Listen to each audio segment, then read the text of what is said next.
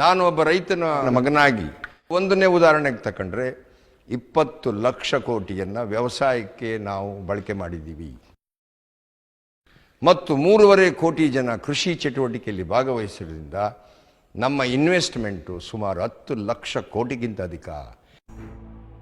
ಈ ದೇಶದ ರಾಜಕಾರಣಿಗಳಿಗೆ ಸಾಮಾನ್ಯ ಜ್ಞಾನ ಇಲ್ಲ. ಇವರಿಗೆ ಇರಬೇಕಾದ 2 ಜ್ಞಾನ ಭಾಳ ಮುಖ್ಯವಾದ್ದು. ಒಂದು ಕಾಮನ್ ಸೆನ್ಸು, ಇನ್ನೊಂದು ಹ್ಯೂಮನ್ ಸೆನ್ಸ್.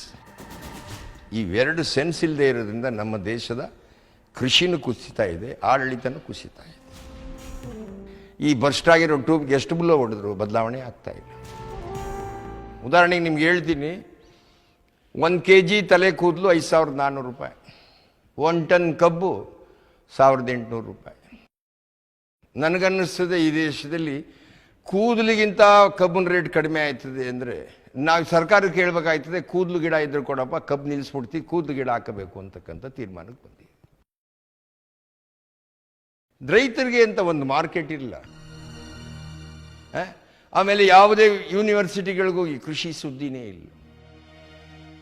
ನಾನು ಮೊನ್ನೆ ಯಾವುದೋ ಒಂದು ಕಾಲೇಜ್ಗೆ ಹೋಗಿದ್ದೆ, ನನ್ನ ಕರೆದು ರೈತ ಸಂಘದ ಪರವಾಗಿ ಭಾಷಣ ಮಾಡುವಂತ. ಯಾರ್ಯಾರಿಗೂ ಊಟಕ್ಕೆ ಬೇಕು ಕೈ ಎತ್ತಿ ಅಂದರೆ ವಿದ್ಯಾವಂತರನ್ನ ಎಲ್ಲರೂ ಎತ್ತಿದ್ರು. ಯಾರು ಹಳ್ಳಿಗೆ ಬರ್ತೀರಿ ಕೈ ಎತ್ತಿ ಅಂದರೆ 3 ಜನ ಎತ್ತಿದ್ರು. ಇದೊಂದು ಆಶ್ಚರ್ಯಕರವಾದ ಸಂಗತಿ. ಇದು ಎಲ್ಲರಿಗೂ ಊಟ ಬೇಕಂತೆ, ಆದರೆ ರೈತರು ಕೆಲಸ ಬೇಡವಂತೆ. ಇದೊಂದು ದುರಂತ ಈ ದೇಶದಲ್ಲಿ. ಉದಾಹರಣೆಗೆ ನೋಡಿ, ಕಾರ್ ತಗೊಳ್ಳಿ, ಅಲ್ಲೇ ಸ್ಥಳದಲ್ಲಿ ಕಾರ್ ಕೊಡ್ತೀನಿ ಅಂತ ಮೇಳ ಮಾಡ್ತಾರೆ ಅವರು. ಯಾಕೆ? ಬ್ಯಾಂಕ್ಗಳು 1,000 ಎಮ್ಮೆ, 5,000 ಹಸ, 10,000 ಕುರಿ ಮಾಡಿ ಬನ್ನಿ, ಇಲ್ಲೇ ಸ್ಥಳದಲ್ಲಿ 50 ಕುರಿಯನ್ನು ಕೊಡಲಾಗುತ್ತೆ, 70 ಎಮ್ಮೆಯನ್ನು ಕೊಡಲಾಗುತ್ತೆ. ಈ ಮೇಳ ಯಾಕೆ ಮಾಡೋಕ್ಕಿಲ್ಲ? ಕಾರ್ ತಗೊಂಡೋಗಿ ಏನು ಕರೆಯೋ ಕಾರ್ನೆಲ್ಲ ನಾವು? ಯಾವ ಥರದ ಮೇಳ ಆಗಬೇಕಾಗಿತ್ತು ಈ ದೇಶದಲ್ಲಿ? 75 ಭಾಗ ರೈತರಿಗೆ ಸಂಬಂಧಪಟ್ಟ ಮೇಳ ಆಗಬೇಕಾ? ಒಂದು ಸರ್ಕಾರಕ್ಕೆ ಜವಾಬ್ದಾರಿ ಇದ್ದರೆ ಕೃಷಿಗೆ ಭೂಮಿ ರಿಸರ್ವ್ ಮಾಡಬೇಕು, ಕೈಗಾರಿಕೆಗೆಲ್ಲ ರಿಸರ್ವ್ ಮಾಡೋದು. ಒಂದು ಕಡೆ ನಗರೀಕರಣ, ಇನ್ನೊಂದು ಕಡೆ ವ್ಯವಸಾಯ ಕ್ಷೇತ್ರವನ್ನು ಕೈಬಿಟ್ಟು ವಯಸ್ಸಾದ ವೃದ್ಧರು ಮಾತ್ರ ಹಳ್ಳಿಲಿ ಉಳಿತಕ್ಕಂಥ ಪರಿಸ್ಥಿತಿ ಬರ್ತಿದೆ. ಮತ್ತು ಗ್ಲೋಬಲ್ ಇನ್ವೆಸ್ಟರ್ನ ಇನ್ವೈಟ್ ಮಾಡ್ತಿರೋದು. ಬ್ರಿಟಿಷ್ನವ್ರು ಹಿಂಗೆ ಬಂದದ್ದು.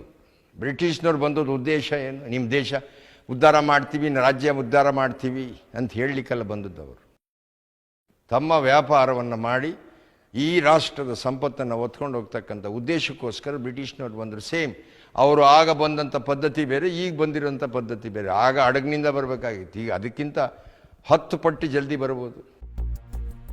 ರೈತ ಸಂಘ ಸಾಮಾನ್ಯವಾದ ವಿಷಯ ಅಲ್ಲ. ಜಗತ್ತಿನ ಯಾರಿಗೂ ಶೋಷಣೆ ಆಗಬಾರ್ದು. ನಮ್ಮ ದೇಶದ ಸಂಸ್ಕೃತಿ ಮತ್ತು ಆಹಾರ ಭದ್ರತೆ ಮತ್ತು ಕೈಗಾರಿಕಾ ಭದ್ರತೆ, ಉದ್ಯೋಗ ಭದ್ರತೆ, ಜೀವನ ಭದ್ರತೆ ಎಲ್ಲವೂ ಉಳಿಸ್ಕೊಳ್ಳೋಕ್ಕೋಸ್ಕರನೇ ರೈತ ಸಂಘ ಹೋರಾಟ ಮಾಡ್ತೀವಿ. ಆದರೆ ಇವತ್ತಿನ ಸರ್ಕಾರಗಳು ನಮ್ಮ ಹೋರಾಟವನ್ನು ಗಂಭೀರವಾಗಿ ಪರಿಗಣಿಸ್ತಾರೆ. ನಮ್ಮ ಬದುಕು ದುಡಿಯುವ ಕ್ಷೇತ್ರವನ್ನು ರಕ್ಷಣೆ ಮಾಡಿ, ಬರೀ ರೈತರೇ ಅಲ್ಲ, ಎಲ್ಲ ಊಟ ಮಾಡೋ ಜೀವಿಗಳನ್ನ ರಕ್ಷಣೆ ಮಾಡೋದು. ಯಾರ್ಯಾರು ಊಟ ಮಾಡ್ತೀರಿ ಅವರೆಲ್ಲರೂ ರೈತರ ಅಭಿಮಾನಿ ಸಂಘ ಕಟ್ಕೋಬೇಕು. ಯಾವುದೋ ಸಿನಿಮಾದವ್ರ ಸಂಘ ಕಟ್ಕೊತಿದ್ದೀರ, ಆಶ್ಚರ್ಯ. ಯಾವ ಸಿನಿಮಾದವರು ನಿಮ್ಗೆ ಊಟ ಕೊಡ್ತಾ ಇಲ್ಲ.